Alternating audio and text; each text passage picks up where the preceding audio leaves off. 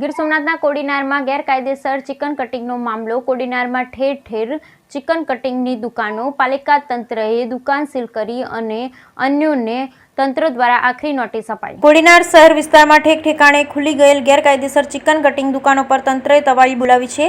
તંત્રએ ચેકિંગ હાથ ધરતા chicken cutting કરતા 9 દુકાનદારોએ ચિકન કટિંગ બંધ કરવાની લેખિત સંમતિ આપી હતી. સંમતિ બાદ એક દુકાનદારે દુકાન ખોલી ચિકન કટિંગ કરતા દુકાન સીલ કરાઈ હતી. તો શહેરી વિસ્તારમાં ચિકન કટિંગનો વેસ્ટ ખાઈ શ્વાનો હિંસક બન્યા છે અને થોડા દિવસો પૂર્વે શ્વાને માસૂમ બાળકને ફાડી ખાધું હતું. ગીર સોમનાથના કોડીનાર શહેર તથા આસપાસ વિસ્તારમાં શ્વાનની સંખ્યા પણ ખૂબ વધી રહી છે.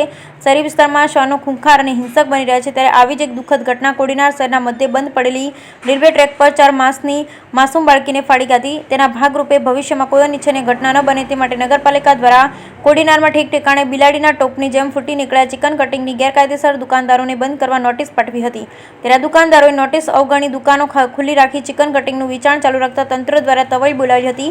શહેરના મામલતદાર ઓફિસ રોડ પર ચિકન કટિંગની દુકાન પર પાલિકા વહીવટદાર મામલતદાર દ્વારા પોલીસ બંદોબસ્ત રાખી ગેરકાયદેસર રીતે ચિકન કટિંગ કરતા ઈસમો પર રેડ કરવામાં આવી, જેને લઈ ચિકન કટિંગ કરતા 9 દુકાનદારોએ લેખિત સંમતિ આપી હતી. ચિકન કટિંગ દુકાન બંધ કરવાની ખાતરી આપી હતી.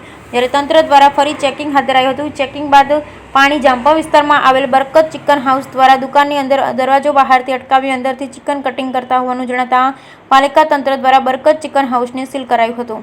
કોડીનાર નગરપાલિકામાં જે સ્ટેશન વિસ્તાર આવેલ છે એમાં બંધ સ્ટેશન છે. એમાં એક મજૂર ઇસમના એક બાળકીને કૂતરાએ ફાડી ખાધી હતી અને તે સંદર્ભે નગરપાલિકાના સેનિટરી ઇન્સ્પેક્ટર આરએફઓ સાહેબ અને પોલીસ તંત્ર એ અમને પંચરોચામ પણ કર્યું હતું.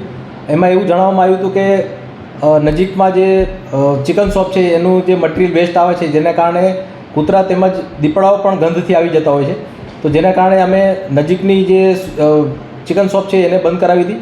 બાદમાં આવ્યું અમને ધ્યાનમાં આવ્યું કે બીજી ઘણી જગ્યાએ ચિકન શોપ છે અને એ જાહેરમાં ત્રાસદાયક કૃત્ય કરી રહ્યા છે અને જાહેરમાં મરઘા કટિંગ કરી રહ્યા છે. જેને કારણે નગરપાલિકાની સમગ્ર ટીમ પોલીસ બંદોબસ્ત સાથે અને વહીવટદાર મામલતદાર સહિતની ટીમ અમે 21 તારીખના રોજ ઝુંબેશ ઉપાડી હતી અને તમામ જે મુરઘી કટિંગ ધારકો છે જે એ તમામ શોપોને અમે બંધ કરાવી અને એ લોકોની માનવતાના ધોરણે એ લોકોએ કીધું કે અમે નહીં કરીએ એટલે આપણે એને સંમત થયા હતા. ત્યારે સીલ નહોતી કરી, પણ આજરોજ ફરી અમારા ધ્યાનમાં આવ્યું કે એક દુકાન બરકત ચિકન છે એ મુરઘી કટિંગ ચાલુ હતી ત્યારે જ અમે એમાં એની પર રેડ કરી અને એમને જે દુકાન છે એ સીલ કરવામાં આવી છે. અને હવે વધુમાં પણ જણાવીએ છીએ કે આ પ્રકારનું કૃત્ય અન્ય જગ્યાએ નગરપાલિકાના અન્ય જગ્યાએ પણ ના કરે તેવી અમારી એક અપીલ છે.